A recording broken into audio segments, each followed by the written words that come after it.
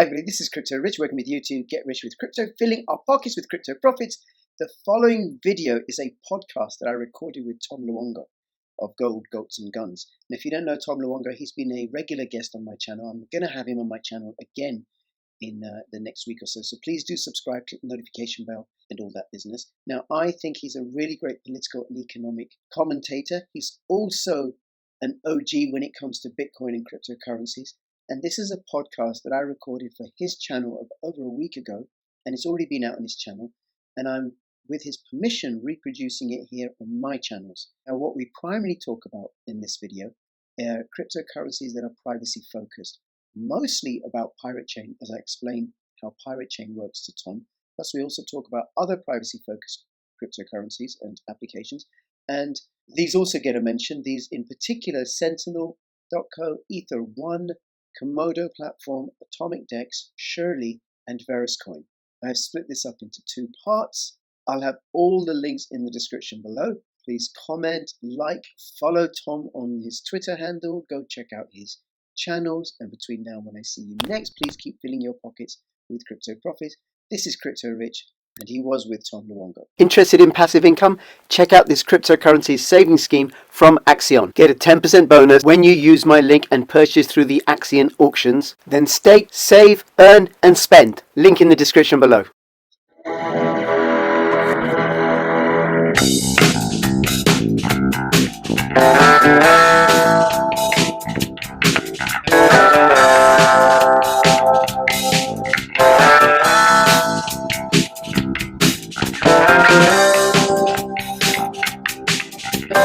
Hello and welcome to the Gold, Goats, and Guns podcast for today, Wednesday, November 26, 2020. My name is Tom Luongo, and we have a lot to talk about. It's episode 60, and I got crypto on my mind, I think, as well as everybody else does. So with me, I could think of no better person to talk about this than what I want to talk about today, which is privacy and the Great Reset and all of that and how crypto fits into it. Then my good friend Crypto Rich. You can find Crypto Rich over at his YouTube and BitTube and Bitchute channels. He's a longtime advocate of cryptocurrencies and very knowledgeable about various coins that are maybe off your radar. So I want to welcome Rich to the show this morning, and we're just going to sit down and have a long chat about all of the attendant issues surrounding crypto and cryptocurrencies this morning. Good morning, Rich. How are you? Hey, good afternoon from me, Tom, and good morning to you. Great to talk to you as ever. Been listening to the recent podcasts you've been doing that have been focusing on cryptocurrencies. And enjoying it. Well, yeah, I haven't really, I'll be honest with you, thank you, but I haven't really had a chance to, or the energy, to be honest with you, to really take it to the next level. And that's part of what this talk's going to be about today, is to take our understanding of where crypto, and certainly at this point Bitcoin as a metaphor for the entire cryptocurrency space, where that intends to take us, or where that implies that it could possibly take us, depending on how things work out. So that's what I want to talk about this morning, because I know I was thinking about this week's podcast, and of course we're doing this on a Wednesday when I normally publish on a Tuesday. I didn't have a good idea for a podcast this week, and then I got an email from you last night talking about, hey, let's, I got some ideas about this, and then I'm like, why don't we just have this chat as opposed to doing it in any other way? So what I want to talk about this morning is the role of Bitcoin and the cryptos in general in the context of what we're seeing in terms of the Great Reset. Now, the way I've come to just want to define the Great Reset, it's really simple. It's communism, and it's like what East Germany with robots doing all the work. And that's just the way it's going to look. And we're already seeing global pass being rolled out amongst all the travel companies, like the airlines and whatnot. I was reading Pepe Escobar's latest article before we started the call this morning. He's talking about the 4 major international summits that just took place within a week, and they're all talking about, QR codes to create a digital health pass to allow people to move and all the rest of it. So the panopticon, the Orwellian police state, whatever you want to call it, is already here. It's already being rolled out around us. And now we have to start thinking about, well, how do we preserve capital in the face of that? How do we become ungovernable if we don't want to be governed this way by these rampant communist lunatics. And I'm done like mincing words anymore. They're just commies. And anybody who's arguing with me about the definition of commie versus socialism versus this, you're just wrong. Just stop it. They're commies. That's it. Now run the script and look at what's happened in the Soviet Union in the past. Look at what's happening in the EU now, and tell me that it's any different, because it's not. It's just not. The difference is there's no violent revolution. So that's where I'm thinking this morning. So specifically, when I think about that, privacy and the lack thereof that's going to be under Herr Schwab and Xi Jinping's idea about what we should or should not be allowed to keep from the state. So that said, I know that you're an expert on Pirate Chain, and that's why I wanted to have you on this morning. So after that lengthy introduction, tell everybody what Pirate Chain is and why it's important. Okay, thanks, Tom. So Pirate Chain is a decentralized cryptocurrency, so it's distributed. It's also run by a decentralized organization. So there's no organization by it. It's a community led project. So there's no company behind it, no foundation, no central point of control. It launched just over 2 years ago, and it was a fair launch, which means that the founders, whoever set it up, didn't keep any tokens or coins for themselves. It has its own chain, so it's a coin, not a token. They didn't do any kind of fundraising, so they didn't do an ICO or an SEO or anything like that, didn't raise any revenue. They don't have a development fund either, where they set aside a certain amount of coins in order to keep developing the project. What they did was they released the algorithm, and people can mine it on GPU miners on the Equihash algorithm. It's a fork of Komodo, which is a fork of Zcash, which is a fork of Bitcoin. Yes.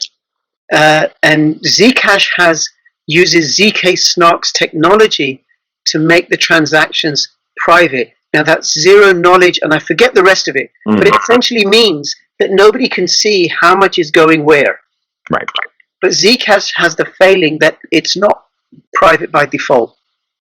And most of the transactions are visible on the blockchain, just like they all are. All the Bitcoin transactions are visible.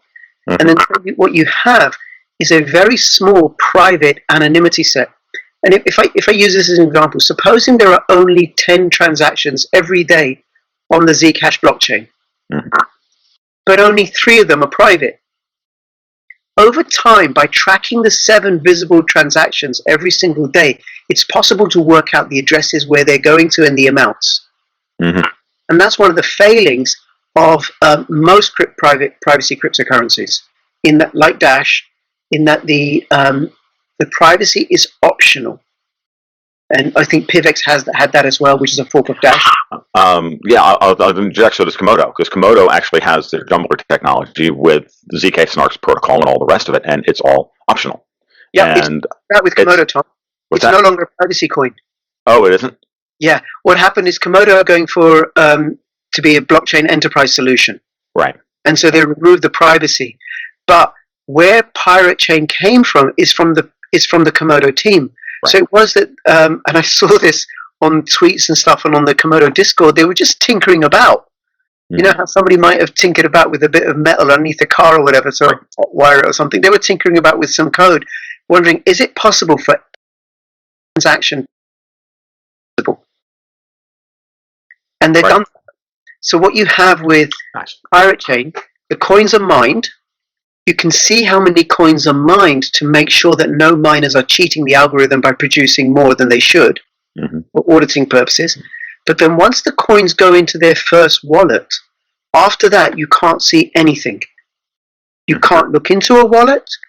You don't know how much has gone in. You don't know how much has gone out. You don't know where it's been sent to. If it's been sent to, it's completely invisible. Completely invisible. And you cannot get more private than invisible. If you were to send me some Pirate Chain, and by the way, anybody who's listening, if you want to know any more, it's pirate.black. That's the website. And then you can find all the other links to Discord and Telegram through there. Pirate.black. If you were to send me some Pirate Chain coins, and the ticker symbol is ARRR, which sounds... ARRR. That's right. Nobody would know apart from you and I. Nobody could follow that transaction. Right. And I actually did a competition on my Twitter account a few months ago where I posted a transaction, and I've actually also done this on my account. I said, listen, if you can tell me how much was sent to where, from which address, I'll let you have twice what's in the receiving address. Nobody. No. Nobody. No data to analyze. Nothing. And in some respects, that it makes Pirate Chain more anonymous than Monero or any other privacy cryptocurrency. Now, no. Before we go further, because that was the next question on my list, which is that Monero is also 100%. There's no opt-in about privacy in Monero, right? It's all the transactions are run through their ring signature. I'm not sure if they're still using ring signatures or not.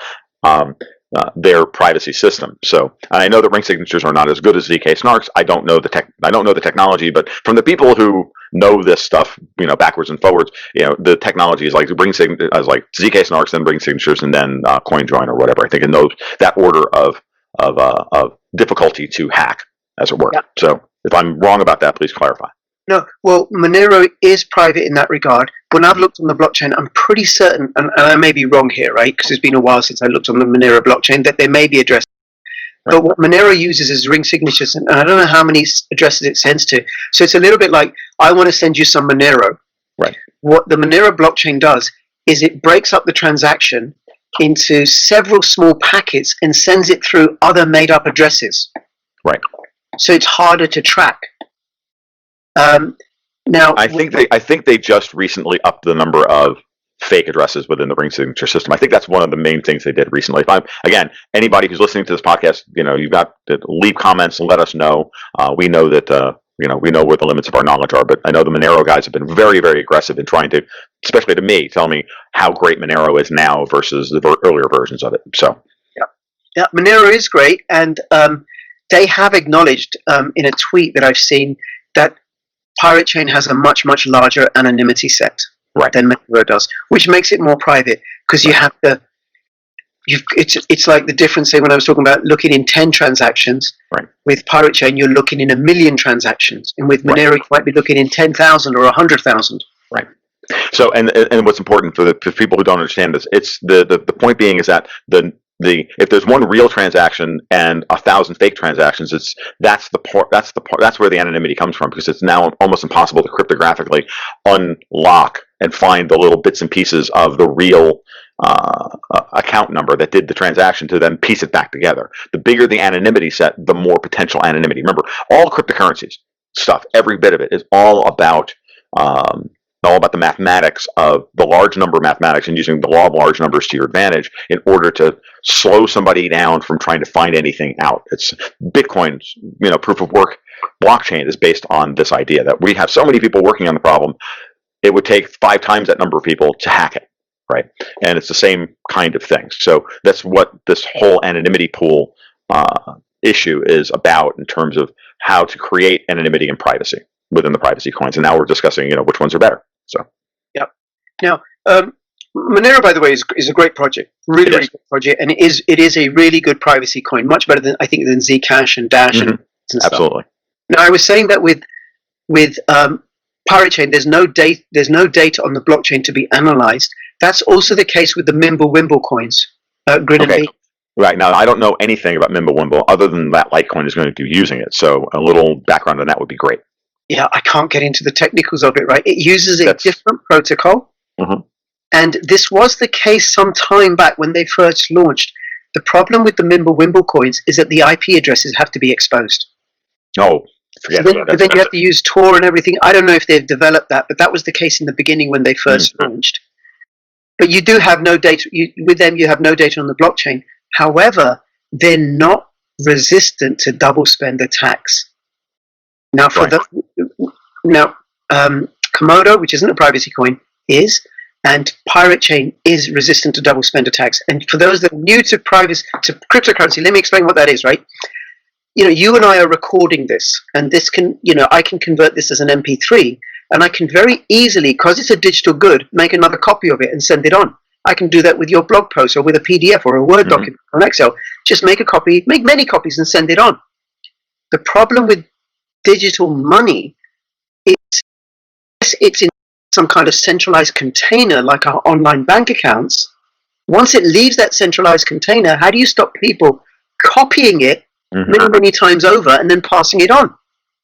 So what Satoshi Nakamoto did, he or they or she created a system that stops the double spend attack. So 1 Bitcoin can only be spent at that exact time in one transaction. Right. What has to happen is that the hashing power of the blockchain, of the proof of work blockchain, has to, in order to be able to spoof the system, you have to be able to spend your coins before the next block is verified, which in the case of Bitcoin is 10 minutes. In the case of something like Litecoin, it's 2.5 minutes. And you spend your coins multiple times, and before the blockchain knows where the false transactions are, so you spend the same coins multiple times. It's called a 51% attack. Which is that in order to be able to do that, you have to have 51% of the hashing power and the auditing power of the blockchain in order to be able to verify all of these blocks and have that overwhelm the 49% or lower who are telling the network, no, these are double spends, no, these are counterfeit, and that's how the whole blockchain can fail. I mean, Bitcoin Gold went through a 51% attack for real about a year and a half ago, and multiple 51% attacks. Smaller chains are very much susceptible to that, especially if they're drastically overvalued, like Bitcoin Gold was at the time. So the reason, now, explain why Komodo and or Pirate Chain are both resistant to 51% attacks. Because they're not particularly large chains. So this is important. Yeah. So what you've got with a blockchain is really a ledger, a running account of all the transactions that are taking place. It just gets bigger and bigger and bigger and bigger. And what happens with Pirate Chain is that all the transactions are hashed periodically. There's a cryptographically hashed, so it's secure. And then that hash goes onto the Komodo blockchain. By the way, what I'm saying may not be technically accurate. It's more metaphorical. Right. Okay, that goes. I understand the technology, Rich. That's not the problem. What I want you to understand is that if you understand why a blockchain is secured through the proof of work hashing, then understand that Pirate Chain has its own mining pool, right? Has its own hashing power and it's its own chain, but that's built on Komodo. Okay. Now explain the relationship between Pirate Chain and Komodo, and then from Komodo to Bitcoin. Yes. So the transactions on the Pirate Chain blockchain are hashed onto the Komodo blockchain. And then those transactions, including the Komodo blockchain transactions, are hashed onto the Bitcoin blockchain. So to do a double spend attack on Pirate Chain, an agent would need 51% of the Pirate Chain hashing power, plus 51% of Komodo's hashing power, plus 51% of Bitcoin's hashing power, and that ain't happening. Yep. There is the computing power, and if you were to do it, all the coins would be worthless. What's the point? Right. No, you're absolutely right. And actually built in within Komodo's system is you also have to get not only 51% of the hashing power in Komodo, you also have to get 60% of the witnesses.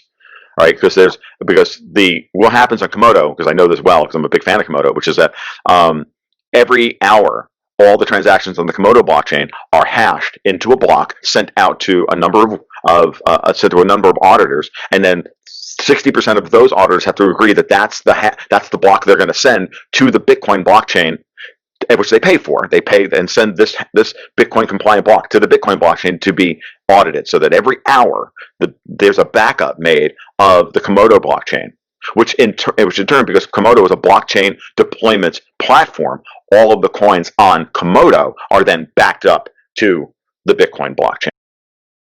Pirate hashing has an enormous security muling system behind it. Grin and Bean, the Mimblewimble coins, they don't have that. They're not 51% attack resistant. And Grin very recently had a double spend attack, which means that somebody comes along, gets 51% of the computing power, gets a whole bunch of coins, goes to the exchange, sells them for Monero or Pirate Chain. Yes, exactly. And disappears into the sunset with a bag full of real private cryptocurrencies. So what we're looking at with Pirate Chain, if I understand it correctly, and for the record, I bought some a couple of weeks ago, just so we know where everybody's incentives are, which is that it's the best of all possible worlds at this moment in time for a small privacy focused cryptocurrency, which is it has the best technology built on a triply secured platform. And honestly, I think in terms of technology, the best blockchain deployment platform out there, far better than Ethereum. But Ethereum has first mover advantage, Komodo. And then all of that is secured by Bitcoin, which has the massive first mover advantage of being itself and of being the big daddy in the room. So there's all of that stuff happening all together in this one little coin, which, by the way, is actually pretty hard to get a hold of. So, so we're saying all this, and you're probably going to want to rush out and go buy some. That in and of itself is its own interesting problem. So I just warn you that that's not as easy as, hey, let's go to Coinbase and buy some Pirate Chain, because that ain't going to happen. So. Yeah. That isn't going to happen. I'm just looking on the website. It's on, and people can look on the website and find out for themselves. It's on several exchanges: Tradeogo, CoinEx, Bitcoin.com exchange. Bitcoin.com exchange is actually quite large, and is actually Bitcoin Cash, not Bitcoin.com. They deal with Bitcoin Cash. Galaxy, SafeTrade, Tilly, Cytex, Graviex, P2P, B2B, Polarity. Now there's two in particular: TurtleDex and Polarity, that I want to mention, and then two others that aren't on the list that I also want to mention. Polarity and Turtle Network are decentralized exchanges, and they allow for cross-chain swaps. So Pirate Chain, by the way, is member of the Blockchain Privacy, Security and Adoption Alliance, BPSAA.vision, and so's TurtleDex. And this is a group of, it includes Komodo as well, and Ether1, which is a decentralized web hosting service, Sentinel, which is a decentralized VPN. They're committed to privacy and security. So what a DEX is a decentralized exchange. So that I own the keys to my wallet, like the password, I suppose, right? Is the analogy. I don't hand my coins over to any other counterparty, so there's no counterparty risk, and the exchange happens directly. So people might want to check out TurtleDex and Polarity DEX, because to a certain extent they may be free from regulatory control because they're decentralized. The whole movement into decentralized exchange is one of the reasons why I was originally also very interested in Komodo, because they were the first ones doing large-scale chain atomic swaps. Now, again, Rich talked about this a little bit. Cross-chain atomic swaps are you trade Bitcoin for Ethereum, but you never go through a third-party quote-unquote pool of liquidity where they're turned into Tether for, like, when you trade the Bitcoin Ethereum pair on, say, BINANCE or whatever else, what's going to happen is that you're going to trade behind the scenes, you trade your Bitcoin for, say, Tether or dollars or whatever, and they move into that transaction, and then a second transaction happens through a third-party pool of liquidity that then trades for Ethereum. This is why Coinbase always goes down whenever there's a massive rush into cryptocurrencies or any of the exchanges, because now you're dealing with the same problem that every other exchange is dealing with, which is that how do you manage the pool of liquidity and the order flow and all of that stuff. A cross-chain atomic swap basically says, I'm going to trade, we're going to agree, you and I, so Rich has got Ethereum, I've got Bitcoin. He turns around and says, hey, I want some Bitcoin. I'm like, yeah, I'll take Ethereum for it. And you go, okay. And we go up and go to a decentralized exchange, which you post your Bitcoin, you post your Ethereum, I post my Bitcoin, and then the blockchain, and then a third party but anonymous and completely all the exchange does is create an escrow account. It holds the two coins in escrow and swaps them without ever pinging a real third party. They just do the swap without any kind of third party liquidity pool. Okay. What's that? If I can come in there just to clarify something and add something, Komodo have actually developed Atomic DEX. Yes. AtomicDex.io, if people want to go and check it out, that does swaps between something like 95% of the coins that are on CoinMarketCap. It's capable of doing that. It may not have the liquidity, but it's capable of doing that. It can't as yet do some of the privacy coins like Monero and Pirate Chain. But how it works on Atomic DEX is there isn't any other party. The program, the code works it all out.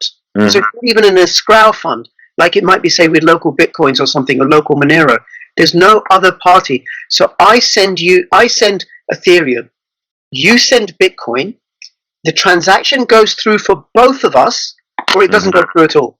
Right. And there's nobody else involved. It's fully peer-to-peer. Right. And there's something that the Komodo team are developing which involves Pirate Chain. And before I go into that, is there anything you want to say about Atomic DEX? No, other than that's one of the things that I've used it. I used a very early version of it when I first got into Komodo back in 2018.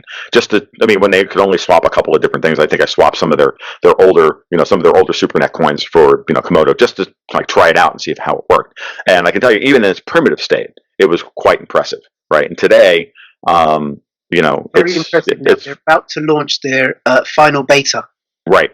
Yeah, no, decentralized exchanges are incredibly important because at this point now there's no way to regulate the exchange through. They can't set up the Klaus Schwabs and the bad guys, for all intents and purposes, don't have any way of setting up a way to put a toll booth on the exchange because there's no organization to regulate. Like the whole purpose of all of the stuff that they're building is that there's always a toll booth somewhere. So to get around national governments and say that the patchwork federalism of the United States, well, we get around that by turning around and getting all of the companies to agree to implement the new rules. Like so that in travel, all the airlines and all the train companies and everybody else, they're all going to demand medical passports, and that's going to become industry standard. And then the government's going to be forced to adopt it. It's just like building codes or any of this. This is how they always do this stuff, right? Building codes, zoning laws, all the rest of it. You force adoption through best practice, quote unquote best practices, and the government takes those practices and codifies them. Well, and in some ways that's fine, right? It's not a terrible thing if you're talking about building codes, right? It's not terrible, or electricity standards or any of that stuff, right? But when you're talking about like travel restrictions, like this is how you do an end run around the Constitution, or free speech, yada yada yada. So this is where they're moving. This is where the technocracy is happening, and this is why this discussion is incredibly important. So with the DEX, there is no corporation to lean on or to set a standard. There's just code running on a website. Oops. Yeah. Now what? Now there is a problem with Pirate Chain and atomic swaps. Mm-hmm.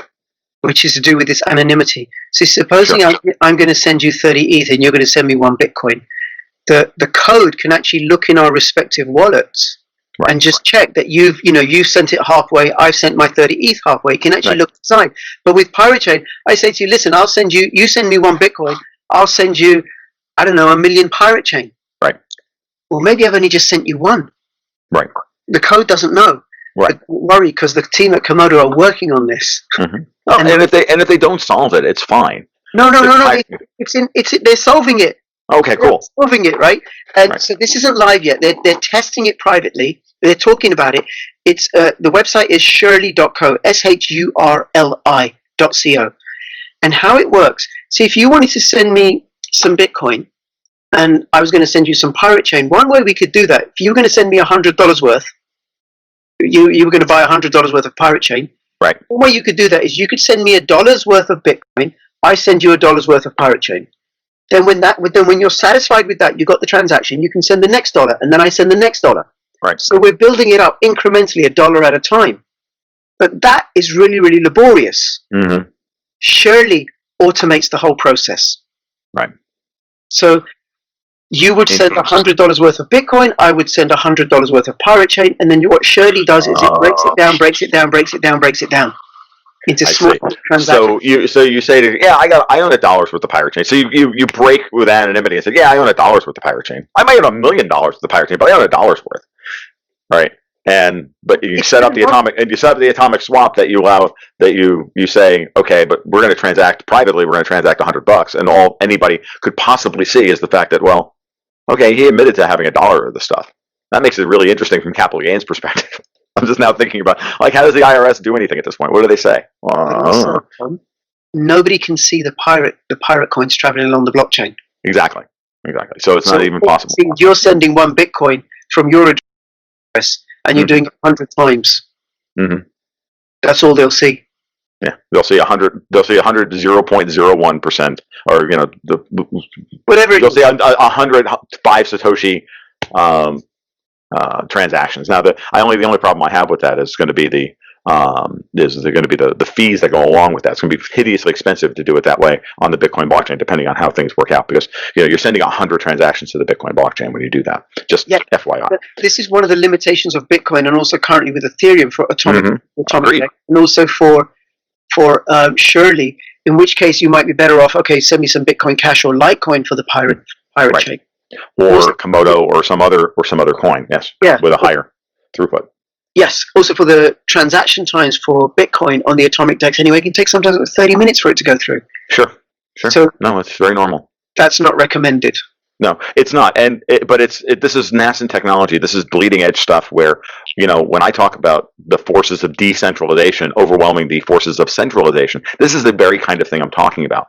And I made the point the other night on a live stream that the people who are upset about Bitcoin stealing gold's thunder, which it's only stealing it right now. 2 months from now, gold will be ascendant and Bitcoin will be in a consolidation, and all the narratives will swap again.